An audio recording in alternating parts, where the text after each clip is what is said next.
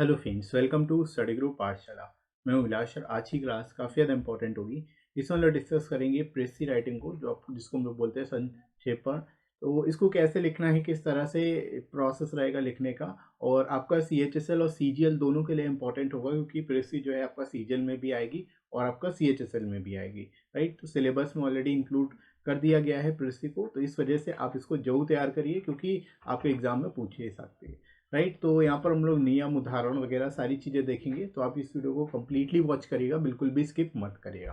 Right friends, इसके साथ ही साथ फ्रेंड्स आप SSC CHSL के Tier 2 के डिस्क्रिप्टिव बैच को ज्वाइन कर सकते हो, जो आप लोगों के लिए काफ़ी इंपॉर्टेंट होगा। यहाँ पर हम लोग ऐसे प्रेसी लेटर और एप्लीकेशन सारी चीज़ें डिस्कस कर रहे हैं, और क्लासेस आपकी बाइलिंगुअल होती है, आपको हिंदी इंग्लिश दोनों में चीज़ें मिलेंगी। साथ ही साथ जो है यहाँ पर आपको डेली क्लास का डिस्कशन भी होता है, टॉपिक का भी डिस्कशन होता है, प्लस आपकी इवेल्युएशन क्लास भी होती है। राइट, तो आपकी कॉपीज़ का इवेल्युएशन भी होगा और टॉपिक का भी डिस्कशन होगा। फीडबैक भी आपको प्रोवाइड किया जाता है।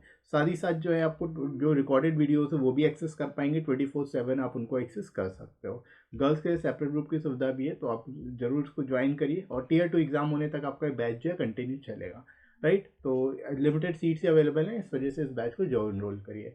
आपको एडिशनल 10% डिस्काउंट भी मिल जाएगा। डिस्काउंट कोड आपको यूज़ करना है SG10। ठीक है, SG10 जो आप यूज़ करोगे 10% डिस्काउंट भी मिल जाएगा। तो डिस्क्रिप्शन में दोस्तों लिंक दिया गया है, वहाँ से जाके आप इस बैच को इनरोल कर सकते हो। राइट फ्रेंड्स, तो चलिए शुरुआत करते हैं। सबसे पहले बात करते हैं कि प्रेसी होता क्या, संक्षेपण का अर्थ, इसका मीनिंग क्या होता है, प्रेसी क्या होती है, इसको समझ लेते हैं।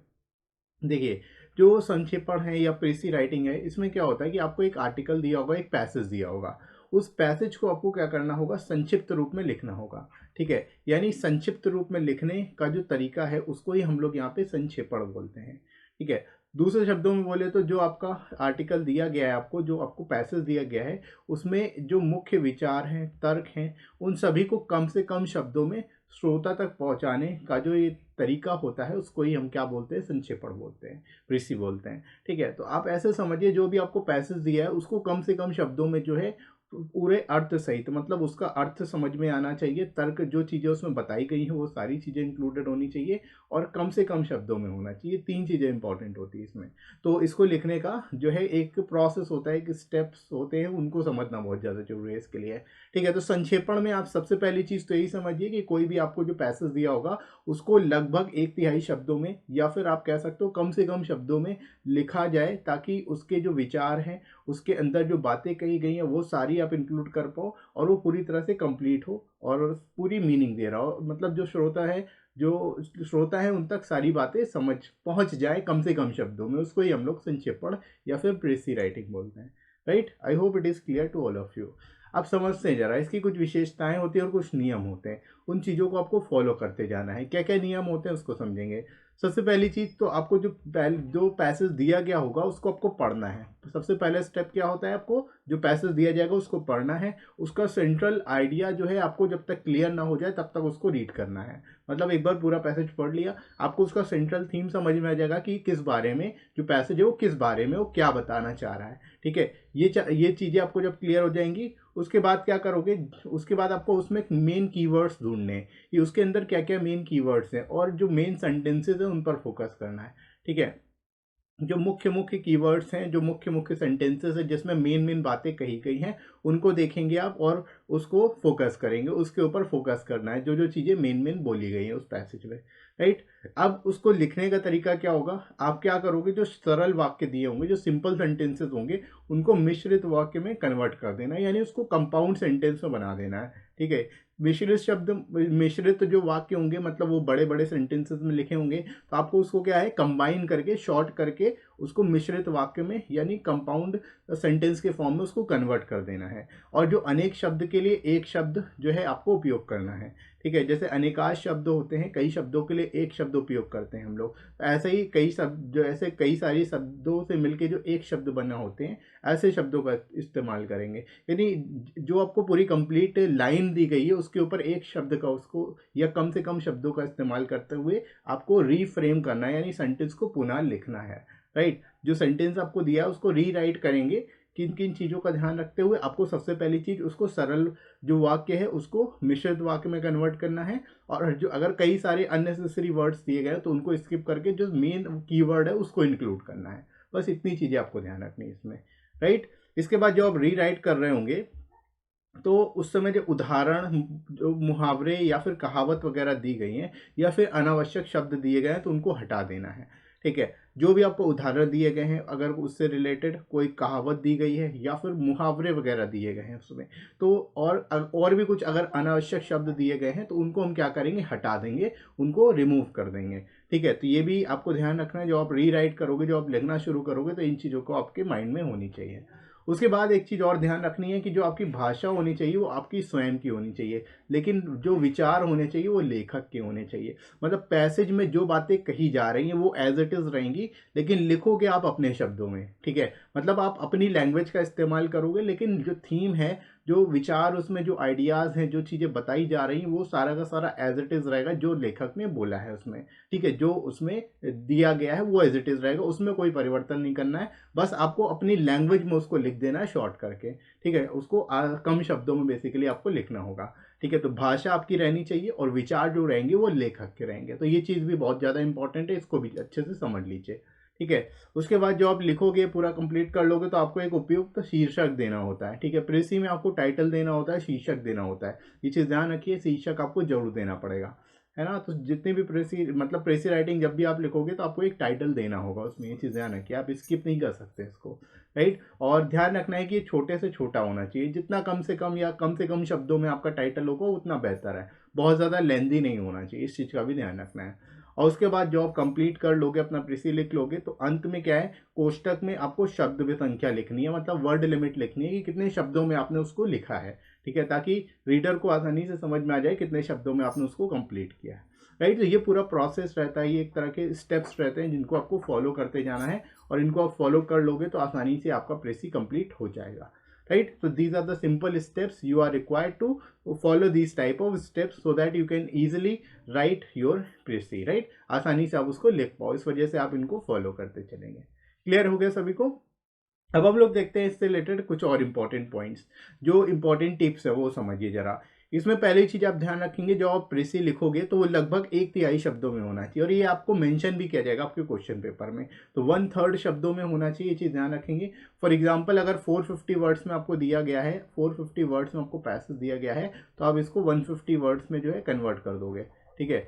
या फिर अगर 300 शब्दों में दिया गया है तो 100 शब्दों में आप उसको कन्वर्ट कर दोगे। तो इस तरह से आपको रखना है, जो पैसेज होगा वो 1/3 शब्दों में अराउंड हो जाना चाहिए, राइट। हालांकि 2 4 5 वर्ड आप ऊपर नीचे कर सकते हो, उससे कोई ज़्यादा फर्क नहीं पड़ेगा, लेकिन ऑलमोस्ट 1/3 शब्दों में होना चाहिए, राइट। दूसरी आपको चीज़ ध्यान रखनी है कि आपको अपने शब्दों में उसको लिखना है, ठीक है। मतलब सेम टू सेम सेंटेंसेस को कॉपी नहीं करना है, जो सेंटेंसेस उसमें दिए हैं वही कॉपी करके अगर आप लिख रहे हो तो आप उसको 1/3 शब्दों में नहीं लिख पाओगे। इस वजह से सेंटेंस में से आपको कीवर्ड ढूंढने हैं कि मेन मुख्य मुख्य बात किन शब्दों के द्वारा बताई जा रही, तो उन शब्दों को आप क्या करोगे, हाईलाइट कर लोगे, उन सब्जेक्ट को जो है, उन जो कीवर्ड्स है उनको समझ लोगे, अपने माइंड में एक हाईलाइट कर लोगे, और उसके फिर हिसाब से आप सेंटेंस फ्रेम करोगे, ठीक है। इसके अलावा एक क्लैरिटी होनी चाहिए, स्पष्टता होनी चाहिए कि आप क्या बोल रहे हो, ठीक है। मतलब आपके जो आप सेंटेंसेस क्रिएट करोगे उसमें क्लैरिटी होनी चाहिए, उसमें एम्बिगुअस नहीं होना चाहिए। मतलब ऐसा नहीं होना चाहिए कि आप उसको शॉर्ट करने के चक्कर में उसकी इनकम्प्लीट मीनिंग दे रहे हो, ऐसा भी नहीं होना चाहिए, राइट। इसके अलावा कंप्लीट होना चाहिए, पूर्ण होना चाहिए, जो भी आपने सेंटेंसेस बनाए हैं वो प्रॉपर होने चाहिए, सही होने चाहिए, अपने आप में कंप्लीट होने चाहिए। इसके साथ ही साथ आपको मिस्टेक्स अवॉइड करनी है, अगर किसी तरह की मिस्टेक हो रही है तो उसको अवॉइड कर देना है। और सिंगल पैराग्राफ में आपको जो है पूरा प्रेसी लिखना है, आपको पार्ट्स में नहीं लिखना है। ये चीज़ देना है कि एक सिंगल पैराग्राफ में आपको प्रेसी जो है लिखना होता है, ठीक है। तो these are the most important tricks and tips you have to follow, ठीक है। इनको आप ध्यान रखिएगा, these are the very important, right.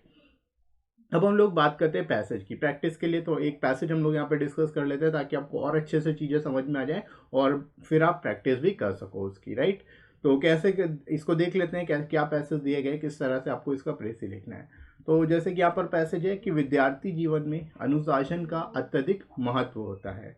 यदि युवा छात्र अपने वरिष्ठों की बात नहीं मानते हैं और अनुशासनहीन हो जाते हैं, तो वे इस अवधि में मिलने वाले प्रशिक्षण से वंचित हो जाएंगे, ठीक है। यानी विद्यार्थी जीवन में अनुशासन का क्या महत्व है, इसके ऊपर पूरा यहाँ पर बताया गया है, राइट।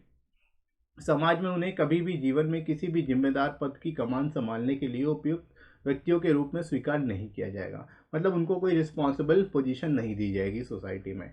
अनुशासन के बिना कॉलेज कभी भी छात्रों को उपयुक्त शिक्षा नहीं दे सकता। ठीक है, कॉलेज का एग्जाम्पल दे दिया कि अगर कॉलेज में अनुशासन नहीं होगा तो छात्र जो है वो नहीं सीख पाएंगे, उनको शिक्षा नहीं मिल पाएगी। खेल के मैदान में या और युद्ध के मैदान में भी अनुशासन के नियम बहुत महत्वपूर्ण भूमिका निभाते हैं। ठीक है, चाहे खेल का मैदान हो, चाहे वो आपका युद्ध का मैदान हो, हर जगह अनुशासन होना जरूरी है। ठीक है, अनुशासन के ऊपर ही पूरा यहाँ पर पैसेज जो है ये है। राइट। इसके बाद देखो, अनुशासन के बिना एक टीम आपसी समझ और सहयोग के अभाव में अच्छे खिलाड़ियों के बावजूद अच्छा प्रदर्शन नहीं कर सकती। ठीक है, यानी अगर अनुशासन नहीं है, कोई भी अच्छे से अच्छी टीम हो, अच्छे से अच्छे खिलाड़ी हो उसमें, लेकिन अगर आपसी समझ नहीं है, सहयोग नहीं है, तो इसके कारण फिर वो क्या है, अच्छा प्रदर्शन नहीं कर पाएंगे और फिर अल्टीमेटली अपने गोल्स को अचीव नहीं कर पाएंगे। राइट।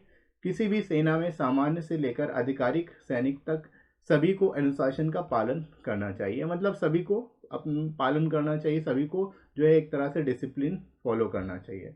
यदि कोई सैनिक अपने तात्कालिक वरिष्ठ की बात नहीं मानता तो उसे सेना युद्ध के सामान्य लक्ष्यों की उपलब्धि के लिए पूरी तरह से अयोग्य हो जाती है। यानी जो सैनिक है अगर अपने सीनियर्स की बात नहीं मानेंगे तो उस केस में क्या होगा कि जो जो सही तरीके से लक्ष्य होने चाहिए वो पूरे नहीं हो पाएंगे, उसको पूरा करने में अयोग्य साबित हो जाएगी पूरी की पूरी सेना। राइट। पहली नज़र में हमें लग सकता है कि अनुशासन व्यक्तिगत स्वतंत्रता को छीन लेता है, लेकिन विश्लेषण करने पर पता चलता है कि ऐसा नहीं है। ठीक है, मतलब अगर हम जनरली ओवरव्यू देखें तो हमें ऐसा लगता है कि अनुशासन के कारण जो हमारी व्यक्तिगत स्वतंत्रता है, जो हमारी पर्सनल लिबर्टी है, वो हमसे छीन ली जाती है। लेकिन ऐसा नहीं है। अगर हम उसको एनालाइज करें तो हमें पता चलता है कि ऐसा बिल्कुल भी नहीं है, क्योंकि स्वतंत्रता का लाइसेंस नहीं होता। ठीक है, मतलब हम स्वतंत्रता को अपने तरीके से इस्तेमाल कर सकते हैं। हम सभी प्रकार के मानवीय सुखों के मूल में अनुशासित स्वतंत्रता पाते हैं। ठीक है, ये आपका पूरा पैसेज जो है यहाँ पे इस तरह से दिया हुआ है। ठीक है, इसको आपको 1/3 शब्दों में लिखना है। समझ में आ गया? तो ये पैसेज आपको दिया गया है इस तरह से और उसको अराउंड 1/3 शब्दों में आपको लिखना होगा। क्लियर है? तो अब यहाँ पर इसी तरह से आपको पैसेज मिलेगा। इसमें वर्ड लिमिट भी आपको मेंशन की जाएगी। यहाँ पे वर्ड लिमिट मेंशन नहीं, हालांकि ये अराउंड 220 शब्दों में है। ठीक है, तो ऐसे ही जो है आपको इस तरह से पैसेज दिया जाएगा, वर्ड लिमिट मेंशन होगी, आपको 1/3 शब्दों में जो है उसको लिखना होगा। राइट।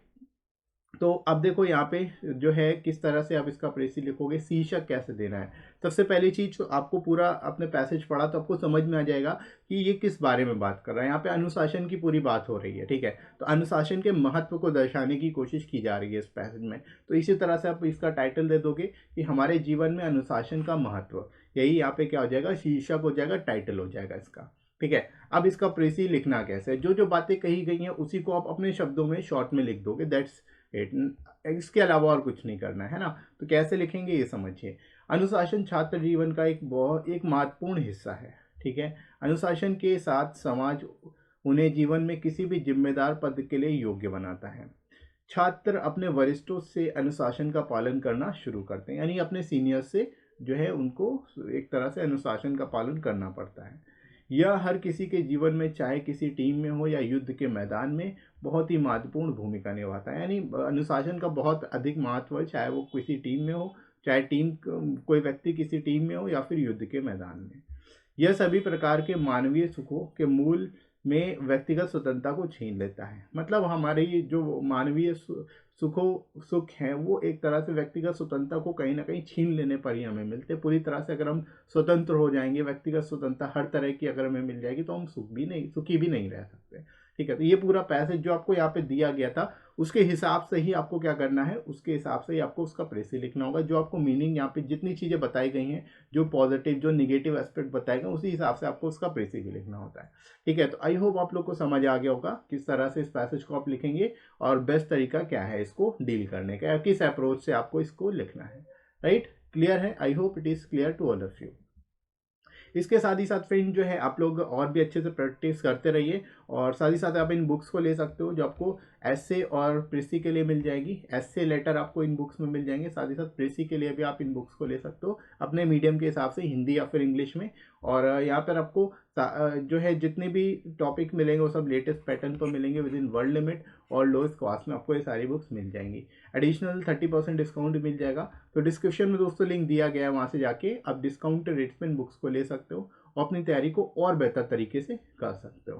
राइट फ्रेंड्स, तो यहाँ तक आई होप आप लोग को समझ आ गया होगा। इसके साथ ही साथ आप लोग टेलीग्राम चैनल भी ज्वाइन कर सकते हो, उस पर आपको सारी इंपॉर्टेंट पीडीएफ्स और क्लासेस की नोटिफिकेशन मिल जाएगी, राइट। और ये वीडियो आपको कैसा लगा कमेंट करके जरूर बताइएगा। वीडियो हेल्पफुल लगा हो तो लाइक करिएगा, इस वीडियो को शेयर करिएगा अपने सभी दोस्तों में, और सब्सक्राइब कर लीजिए इस चैनल को अगर आप में से कोई नया है तो। राइट फ्रेंड्स, तो अभी के लिए इतना ही, नेक्स्ट मिलते हैं अगली क्लास में। Thanks for watching.